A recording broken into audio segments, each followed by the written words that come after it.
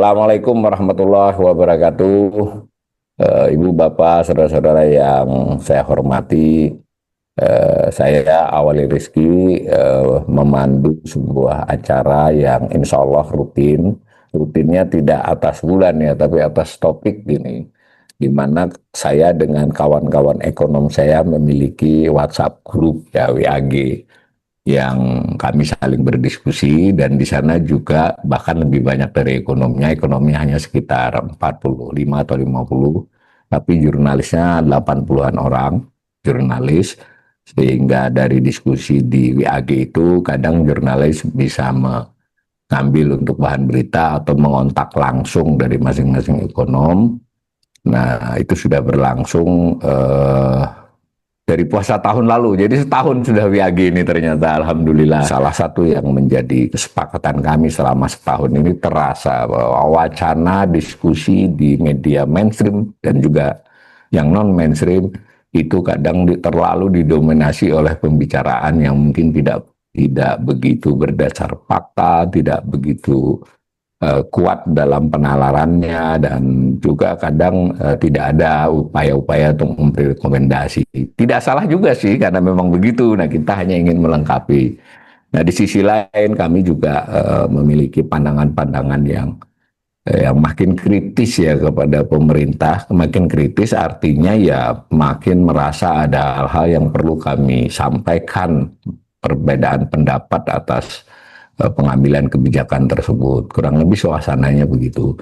Dan sekali lagi kami juga punya kesepakatan, ekonomi itu pada dasarnya ya adalah profesi, pekerjaan, orangnya manusia. Jadi semua pendapat belum tentu benar ya. Kami sangat sadar bahwa ekonomi itu boleh salah analisisnya, tetapi satu hal yang penting, ekonomi tidak boleh berbohong. Mudah-mudahan semua ekonom yang bergabung di diskusi kami dan juga memberi pernyataan tidak pernah menyampaikan fakta-fakta bohong, penalaran bohong. Kalau fakta salah itu bisa karena salah ambil ya, tapi tidak fakta bohong. Gitu kira-kira. Nah, kesempatan kali ini kami gunakan untuk memberi waktu kepada para ekonom untuk membuat pernyataan. Jadi lebih pernyataan lah, lebih sikap, lebih opini. Tentu karena ekonom pasti ada argumennya ya terhadap dua hal penting lah, yang terutama ART itu. Lalu kalau ada rekomendasi, ya rekomendasinya apa, jelaskan.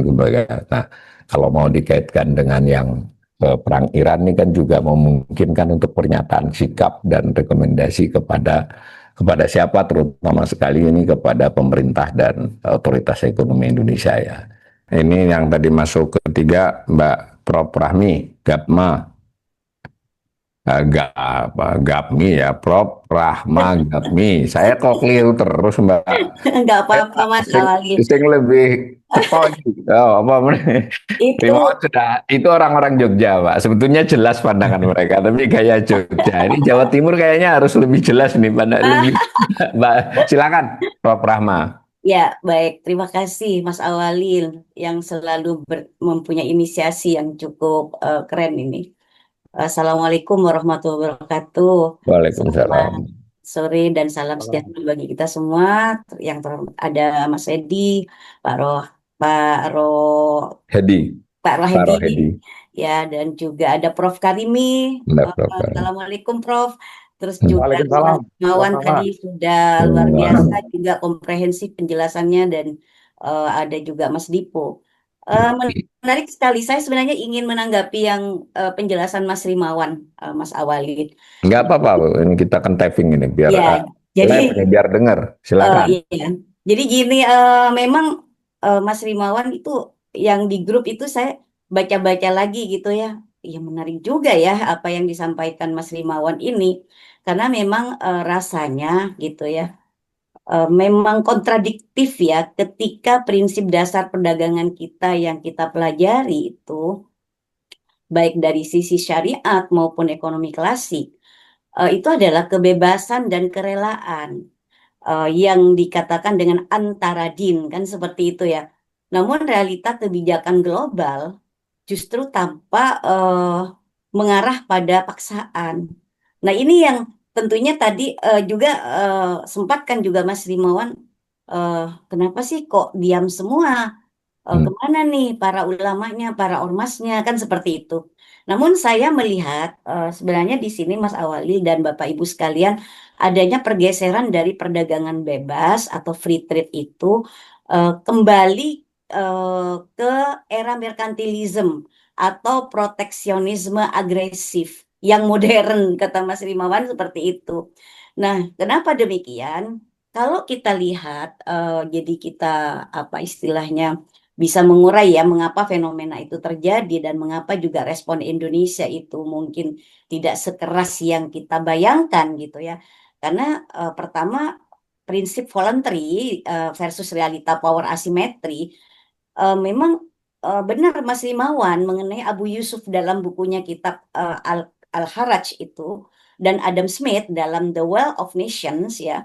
Keduanya itu sepakat bahwa pertukaran nilai itu hanya menguntungkan jika dilakukan tanpa paksaan. Artinya sukarela. Nah, ini kan kalau ke Indonesia kita paksaan gitu ya. Jadi ini sebenarnya eh, dalam hubungan antar negara yang sukarela itu sebenarnya seringkali menjadi suatu bias. Dikatakan seperti itu. Kenapa? Kalau perdagangan adil atau fair trade itu adalah membutuhkan posisi tawar yang seimbang sebenarnya.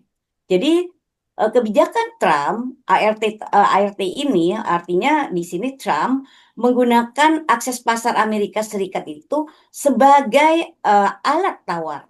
Jadi dia berargumen Trump ini bahwa selama ini negara lain itu memaksa Amerika Serikat melalui subsidi atau memanipulasi mata uangnya sehingga ia merasa perlu membalas dengan tarif ini. Itu logika pikirannya Trump seperti itu. Artinya ini adalah logika dari zero eh, sum game itu tadi. Artinya di mana keuntungan satu pihak itu dianggap kerugian pihak lain. Nah, terus yang menjadi masalah di kita Indonesia ini kan semuanya ada kubu-kubuan gitu ya. Ada kubu yang memihak, ada kubu yang juga kita melawan gitu. Kenapa sih kita kok dirugikan? Yang merugi ini kan tadi Mas Rimawan sudah menjelaskan. Amerika sendiri itu masyarakatnya rugi, dirugikan oleh Trump. Kita tahu Trump itu siapa? Trump itu pebisnis. Trump itu mempunyai suatu akal yang sangat banyak macam seperti itu karena dia ingin menguntungkan dirinya sendiri seperti itu. Nah, yang anehnya mengapa ormas dan ulama kita cenderung diam gitu loh. Ini yang juga menjadi pertanyaan saya, apakah sekarang ulama dan ormas ini semua terjun pada politik praktis? Itu yang menjadi pertanyaan saya Mas Awali. Jadi saya sedih sebenarnya. Beda sekali dengan ulama-ulama zaman dulu Mas Awali. Ketika ulama zaman dulu itu berperang melawan VOC gitu kan. Nah, di sini kita mengatakan bahwa ada beberapa alasan mengapa isu teknis ekonomi seperti tarif atau kebijakan dagang luar negeri kita ini tidak memicu reaksi, artinya reaksi massa yang sekuat isu sosial keagamaan yang lain gitu ya. Padahal ini adalah merugikan kita semua gitu. Nah, kebijakan ekonomi ini sering dianggap sebagai masalah teknokratis daripada moralis gitu ya. Oleh kalangan ulama yang sekarang yang modern ini. Selama ini tidak ada pelarangan ibadah secara langsung, banyak lembaga juga agama menyerahkan urusan ini kepada pemerintah, kepada ulil amri gitu. Nah, di Indonesia narasi besar biasanya itu berfokus pada ketidakadilan yang terlihat mata, seperti misalnya konflik agraria atau kemiskinan lokal dan sebagainya daripada kebijakan makroekonomi internasional yang dampaknya itu adalah bersifat tidak langsung. Bisa saja tidak langsung itu kan kita rasakan melalui inflasi atau pelemahan rupiah yang kita rasakan sekarang udah terjadi Mas Alwali. Nah, oleh karena itu ini adalah sebenarnya menurut hemat saya pragmatisme politik. Artinya banyak pihak melihat bahwa menentang kebijakan luar negeri negara adidaya itu secara terbuka tanpa solusi alternatif itu hanya akan memperburuk posisi ekonomi nasional. Anggapan mereka seperti itu. Hmm. Nah, tapi kalau kita lihat perbandingannya, analogi tentang VOC dan IAC tadi sangat menarik sebenarnya Mas Rimawan tadi yang dijelaskan oleh Mas Rimawan gitu Mas Awalin. Artinya kalau VOC kalau saya hemat saya itu kan sebenarnya menggunakan kekuatan militer untuk memonopoli sumber daya di kita gitu kan. Sebenarnya seperti itu, ada ancaman-ancaman seperti itu yang tidak kita sadari seperti itu. Artinya modern proteksionisme ini atau modern proteksionisme ini menggunakan tembok ya tarif untuk memproteksi pasar sendiri, meski dampaknya bisa merusak ekonomi global. Secara hukum internasional, sebuah negara merasa berhak menentukan siapa yang boleh masuk ke pasar mereka dan siapa yang tidak boleh masuk ke pasar mereka. Nah, ini dampak terburuk yang tersembunyi sebenarnya Mas Awali kepada masyarakat kita itu adalah terancam secara langsung karena dampaknya bersifat sistemis. Artinya pertama kita mengalami cost push inflation. Barang impor jadi mahal. Eh, Artinya kalau misalnya di negara kita tidak bisa menyiapkan eh, kebutuhan-kebutuhan yang mendasar, akibat adanya kekeringan, pangan tidak tercukupi. Nah, pasti impor kan Mas Awalil, nggak mungkin kan nggak impor gitu ya. Tapi karena terjadi adanya suatu ancaman kepada kita akibat ulah Amerika ini perlahan akhirnya terjadi suatu kenaikan yang tidak dirasakan oleh semua orang, walaupun itu sebenarnya terjadi. Tapi orang menganggapnya biasa karena itu tidak merasakan tidak langsung gitu. Yang kedua itu adalah disrupsi supply chains. Jadi Hmm. supply chains ini disrupsi supply chains ini artinya gini, pengusaha kecil yang bergantung pada bahan baku impor itu akan tercekik. Namun seringkali suara mereka kalah oleh narasi-narasi politik besar. Nah, ini Mas Awalil terakhir supaya yang lain juga kebagian, artinya hemat saya, kesimpulan saya secara moral dan syariat, perdagangan itu harusnya memang harus berbasis kerelaan. Itu tanpa tawar-menawar dan itu hak mutlak kita harus pertahankan. Seharusnya demikian. Jadi Indonesia itu harus mempunyai suatu kekuatan. Ya kita ngomong dong tokoh ulamanya, para ormasnya. Di dunia ini sedang bergerak menuju nasionalisme ekonomi memang. Namun kalau kita lihat para ulama dan intelektual muslim yang sebenarnya memiliki ruang besar untuk mengkritik itu sekarang ini menggunakan konsep maslahah mursalah. Artinya kepentingan Iya. umum karena kebijakan ekonomi yang eksploitatif ini jelas mencederai keadilan sosial. Demikian Ya. Mas Awali, terima kasih. Terima kasih. Wassalamualaikum warahmatullahi wabarakatuh. Waalaikumsalam. Terima kasih Prof. Rahma. Ini bagus ini Mas Rimawan. Jadi rekomendasinya ini tidak ke pemerintah nih. Rekomendasinya kepada para ulama ya, hak kita ya untuk merekomendasikan. Mudah-mudahan didengar. Nanti ini didengar loh Mbak Rahma. Hati-hati loh kalau Makasih, ditegur Mbak mudah-mudahan Rahma didengar Mas nanti. Awali. Nah, selanjutnya sesuai urutan ya yang hadir kembali Pak Edi. Kalau Pak Edi belum ini biar Prof. Karimi dulu nanti baru Prof. Edi. Silakan Pak Karimi sebenarnya mengirim dibagi kalau izin dibagi ke media ke grup juga itu ya Pak Karimi. Pak Ya, Karimi juga buat silakan, paparan. silakan dibagi Silakan Bang Prof. Walil. Ya, nanti saya bagi ya. Assalamualaikum warahmatullahi wabarakatuh. Salam. Waalaikumsalam. Terima kasih Mas Walil, Prof. Rahma, Pak Rimawan, dan Pak Rohidi tadi ya. Ini setelah saya baca berulang-ulang ya, ART itu tidak sekadar perjanjian dagang nih. Jadi karena itu yang mesti terlibat juga memperhatikan ini tidak hanya orang-orang ekonomi gitu. Ya, betul itu tadi. Jangan hanya orang-orang ekonomi. Ya. Kalau di dalam perdagangan ya teman-teman yang membidangi perdagangan internasional kira-kira itulah ya. Jadi setelah kita baca jauh lebih luas daripada itu cakupannya. Jadi agreement on reciprocal trade Republik Indonesia dan AS ini ART itu menurut saya itu hanya label saja. Hanya bungkusnya itu ya. Sehingga dalam pikiran kita ini soal teknis perdagangan internasional ya. Tapi setelah dibaca, saya menyimpulkan ini bukan sekadar perjanjian dagang. Sangat dalam artinya sebenarnya kalau kita pahami. Nah, di sini saya mencatat ada 3 pesan ini. Pesan dari dokumen ini ya. Yang pertama, perjanjian ini bukan hanya soal tarif dan akses pasar. Nah, yang tampil ke permukaan tarif dan akses pasar kan itu. Ya. Kita kasih dia seluas-luasnya akses pasar ke kita, lalu kita dikasih tarif dari 32% diturunkan jadi 19% ya, bahkan ada 0%. Jadi kita terpesona di situ, sehingga kita cenderung lupa diri gitu. Nah, itu pesan yang pertama ya. Yang kedua, ART-RI ini juga menyentuh kebijakan industri, pangan, halal, digital, investasi, BUMN, dan ruang gerak Indonesia terhadap negara ketiga. Nah, ini yang poison pill yang di-highlight oleh Pak Rimawan tadi ya. Jadi ruang gerak kita terhadap negara ketiga. Nah, yang sebenarnya kita sudah menyaksikan berapa hari ini ya, betapa ruang gerak kita itu sangat dibatasi ya. Meskipun tidak tertulis secara kata per kata di situ. Tapi banyak orang menafsirkan itu, sehingga akhirnya seperti enggan untuk berbuat. Ya. Nah, yang ketiga, pada intinya, yang kita pertaruhkan itu bukan hanya perdagangan, tetapi ruang.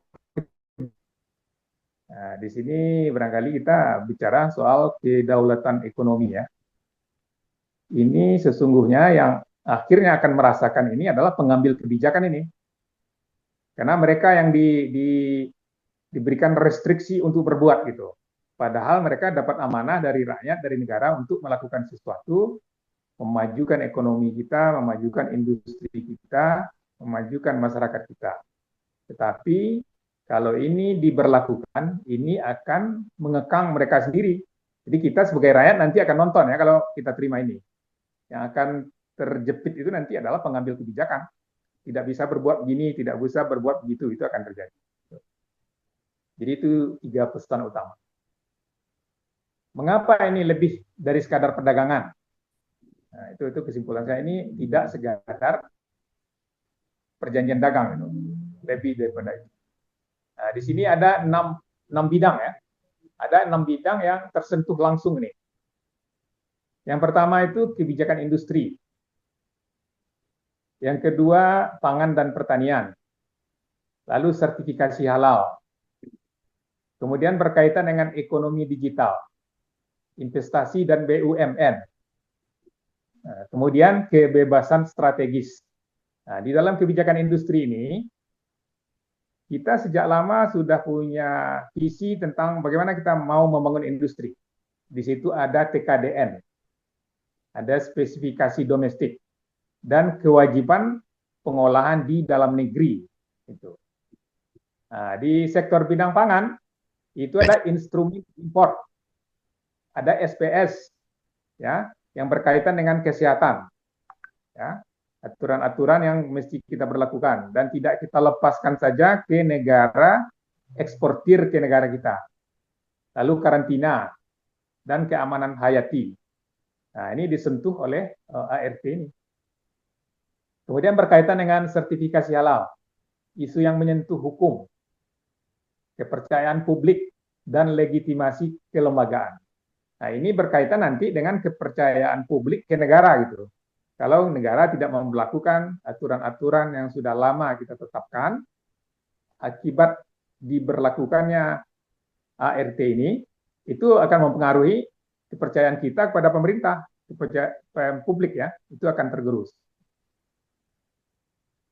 Nah, kemudian yang keempat berkaitan dengan ekonomi digital, data lintas batas, pajak layanan digital, source code, dan platform. Di sini kita sepertinya tiarap atau angkat tangan ya, kita lepaskan, silakan.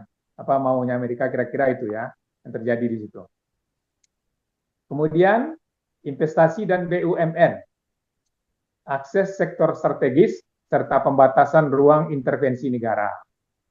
Nah, jadi aturan-aturan yang sudah ada selama ini itu harus direlaksasi ya. Jadi yang ngatur kita bukan lagi kita, gitu. Bukan lagi kita. Kita nggak perlu meminta misalnya persyaratan-persyaratan ada transfer teknologi dengan investasi asing ke kita, ya. Jadi itu bebas lah ya. Kita longgarkan ya. Nah, kemudian yang terakhir, yang di sini mengandung poison pills itu adalah kebebasan strategis. kita tidak bisa melihat peluang-peluang lain secara bebas dan strategis buat kita. Bila itu dipertimbangkan membahayakan Amerika Serikat. Nah, definisi membahayakan Amerika Serikat ini itu saya lihat sangat karet gitu ya. Bisa ditarik, bisa kemana-mana, bisa ditarik. Mungkin karena itu juga kita tidak berani mengecam serangan serangan Amerika Serikat bersama Israel ke Iran, ya, dengan alasan ini. Meskipun itu tidak dinyatakan secara spesifik, tapi kita sudah merasa membatasi diri kita sendiri, ya. Gitu. Nah, kesimpulannya di sini adalah ukuran keberhasilannya tidak cukup berapa besar ekspor kita itu naik ke Amerika Serikat. Kita jangan sampai terpesona di situ, ya, karena kita mesti bayar dengan berapa besar ruang kebijakan yang harus kita lepas. Ya, ini saya simpulkannya nih ya, karena kalau kita preteli seperti Pak Rimawan tadi sudah dipreteli, berapa tuh? Banyak sekali ya. Jadi kesimpulan saya itu adalah ruang kebijakan yang harus kita lepas. Kita tidak bisa lagi mengatur apa yang menurut kita perlu kita atur, ya, karena sudah dibatasi oleh ART yang sudah ditandatangani ini. Nah, lalu di sini saya mencatat 5 isu paling kritis, ya, lanjutan dari tadi itu. Yang pertama terkait dengan TKDN dan hilirisasi. Kalau lokal konten dan pemprosesan domestik dilonggarkan, alat industrialisasi Indonesia itu ikut melemah. Jadi kalau kita katakan kita deindustrialisasi, ini akan lebih parah lagi nanti ya kalau ini berlaku. Yang kedua berkaitan dengan regulator nasional. Pengakuan luas atas sertifikasi dan prosedur regulator AS bisa mengurangi otoritas penentu standar domestik. Bisa jadi kita punya badannya, punya pejabatnya, tapi dia tidak punya gigi lagi karena sudah dilonggarkan gitu. Bukan kita yang menentukan, ya, bukan kita lagi yang menentukan standar kita, tapi kita mengikuti standar Amerika Serikat yang kalau boleh disebut dipaksakan berlaku di dalam ART ini. Nah, yang ketiga berkaitan dengan pangan dan SPS halal, ya. SPS itu berkaitan dengan apakah makanan ini berkaitan dengan kesehatan kita atau tidak, ya, akan berdampak seperti apa dan lain-lain. Nah, di situ dari kita memberi kelonggaran di situ, nggak perlu kita periksa lagi karena sudah kita percayakan kalau Amerika Serikat sudah oke, kita menerimanya oke gitu, ya. Kita tidak perlu curiga-curiga lagi. Jadi yang dipertaruhkan bukan hanya arus barang masuk, tetapi petani, ya, yang terdampak, biosecurity, kesehatan publik, dan kepercayaan sosial. Kepercayaan pemerintah, kita percaya nggak ke pemerintah bahwa ini sudah diokekan, ya, lalu kita tinggal belanja, ya. Nah, dampaknya nggak perlu kita pertanyakan. Kalau seandainya ada penyakit binatang di sana, kita nggak bisa memboikot sedemikian rupa karena aturan yang seperti ini. Yang keempat berkaitan dengan digital dan data. Pajak digital, data lintas batas, source code, dan platform akan membentuk siapa yang mengendalikan ekonomi digital di masa depan. Kita agak suram prospek di sini karena sudah kita berikan, ya. Jangan, kita nggak boleh ngatur, bahkan kita tidak boleh mengut pajak digital, ya. Gitu. Yang kelima, bebas aktif. Nah, ini sejak kita merdeka ini politik luar negeri yang bebas aktif, ya. Sampai hari-hari ini masih kita suarakan dengan lantang dan keras, ya. Namun ini ada potensi terancam. Begitu isu dagang bersentuhan dengan negara ketiga, katakan kita beli minyak ke Rusia sekarang, atau kita menampung minyak dari Iran, ya, nah, itu bisa kita dikenakan penalti, dibatalkan ini, perjanjian ini dibatalkan, lalu kita dikasih intimidasi dengan tarif yang lebih tinggi lagi. Nah, jadi antara non tarif dan tarif di sini itu bolak-balik bekerjanya. Kalau kita tidak patuh melaksanakan yang non tarif, kita akan dipukul dengan tarif yang lebih tinggi. Itu bisa tiba-tiba tuh dilakukannya sebagai sanksi buat kita. Jadi yang kita pertaruhkan di sini adalah kebebasan strategis Indonesia. Kita menjadi kehilangan ruang untuk menata diri kita secara strategis. Nah, itu yang ada di dalam itu perlu kita baca, between the line ya, harus kita baca tuh. Jangan kita terperangkap hanya dengan angka-angka tarif. Ini tidak semata teknik-teknik perdagangan. Jadi tidak urusan perdagangan secara teknis itu. Jadi lebih banyak kepada strategi bagaimana memperkuat atau memperlemah negara ya. Itu banyak implikasinya ke situ. Nah, lalu status hukum dari perjanjian ini. Ini perjanjian sudah ditandatangani ya. Tetapi belum otomatis berlaku penuh. Nah, jadi masih ada ruang buat kita nih. Nah, perbedaan antara sign agreement dan entry into force perlu dijelaskan ke publik. Jadi masih punya waktu di situ, itu di klausul nomor 75 ya, 7.5 ada di situ. Perjanjian mulai berlaku 90 hari setelah pertukaran notifikasi tertulis. Nah, jadi dalam waktu 90 hari itu kita memberikan notifikasi ke Amerika Serikat. Ya, dari mana sumbernya? Dari komentar-komentar, protes-protes, dan pandangan-pandangan dari rakyat kita kepada pemerintah. Ya. Jadi pemerintah merumuskan ini, bagaimana merumuskannya, lalu kita kasih notifikasi ke Amerika Serikat. Ya, dalam waktu 90 hari. Yang mana di situ dinyatakan bahwa prosedur hukum masing-masing pihak telah selesai gitu. Nah, apanya yang selesai? Ya, ini harus ada antara pemerintah dan rakyat nih, dengan DPR ya, apanya yang selesai gitu. Dalam waktu 90 hari ini. Atau pada tanggal lain yang disepakati. Kapan tuh? Tapi harus ada notifikasi sebelum ini benar-benar efektif. Nah, jangan sampai ini kita lewatkan. Kalau ini kita lewatkan, nanti kita memang masuk perangkap. Nah, itu. Jadi antara ditandatangani prosedur hukum dan kapan berlaku. Nah, implikasinya, nah ini untuk diskusi publik ya, implikasi ini. Yang pertama, penandatangan bukan akhir evaluasi. Nah, ya. Jadi itu kita pastikan. Penandatanganan bukan akhir evaluasi. Ruang pengawasan publik masih terbuka ya. Ruang pengawasan publik. Ini salah ketik. Ruang pengawasan publik masih terbuka. Yang perlu dinilai adalah konsekuensinya jangka panjang. Jadi jangan kita terperangkap hanya ekspansi ekspor dalam jangka pendek ya. Jangan hanya itu kita terperangkap. Jadi sudah ditandatangani tetapi belum otomatis fully enforced. Nah, ini yang terakhir ya. Ada 3 kalimat di sini yang tidak boleh kita lupakan. Ya. Yang pertama kalimatnya adalah agreement on reciprocal trade antara RI dan AS bukan sekadar perjanjian dagang, tetapi perjanjian yang menyentuh ruang kebijakan nasional Indonesia. Itu yang pertama yang tidak boleh kita lupa-lupakan itu. Yang kedua, Indonesia perlu pasar yang lebih luas, tetapi tidak boleh kehilangan alat untuk mengatur kepentingannya sendiri. Nah, jangan kita diiming-imingi dengan pasar ya. Kemudian kita kehilangan kemampuan untuk mengatur diri kita sendiri gitu. Ya. Ini tersirat dalam peraturan ini ya, dalam perjanjian ini. Nah, yang terakhir, perjanjian yang baik membuka pasar tanpa menutup kedaulatan. Nah, ini yang menurut saya, makanya saya kasih ini latar belakang merah nih ya.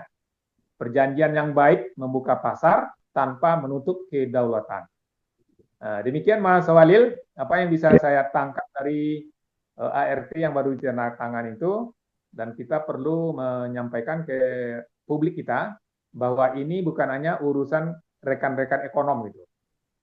Rekan-rekan yang di luar ekonomi perlu mencermati ini, karena ini sifatnya multidisiplin ya, multidisiplin nih. Jadi kita perlu memberikan masukan. Bidang hukum perlu ya, bidang politik perlu, dan bidang sosial lainnya juga perlu. Demikian, terima kasih. Assalamualaikum warahmatullahi wabarakatuh. Waalaikumsalam warahmatullahi wabarakatuh. Makasih Prof. Karimi.